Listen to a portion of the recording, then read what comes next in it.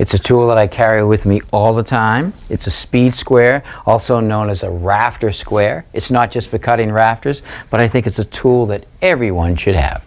It has a 90-degree angle right here and a 45-degree angle right here. If you look at the bottom of the square, there's this lip right here. Right. So you push that lip tightly to the edge, whichever edge you want. You now have a square line with this edge. Or if I flip it like that, I can go from this point right here. Sure. I now have a 45-degree angle like that. But it's not just for marking. I can use it as a guide. If I want to cut a straight line with my saw, I can draw the line. I can then take my saw, put my saw blade on my line, bring the speed square over, hold it tightly against the edge. Now I have a nice square, straight cut. It's actually a protractor too, and right here is a pivot point. So if I hold my square tight to the edge and I swing it, these measurements right here are degrees. So if I swing it like this, I've got 50, and if I stop right there, for example, there's 22.5. I mark that right there. That angle will be 22.5 degrees off of that. Okay, now I use it a lot for framing, and let's say I want to frame a wall and I want the studs to be 16 inches on center.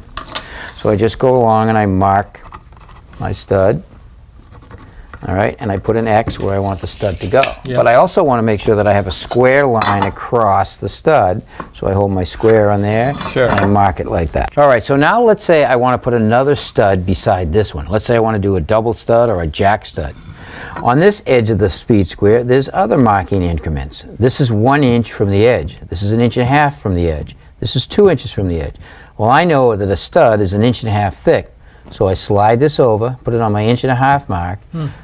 All right, so now that's my jack stud, and it's going to go right there, 1.5 inches from this edge. Well, this diamond right here is at 3.5 inches. That's the width of a 2x4. If I put my pencil in there and I drag it, keeping the square tight to the edge over here, I have a nice straight line that's 3.5 inches from this edge. Now, let's say I wanted to scribe a line down the edge, and I wanted it to be 1 inch or 1.5 inches or 2 inches from this edge.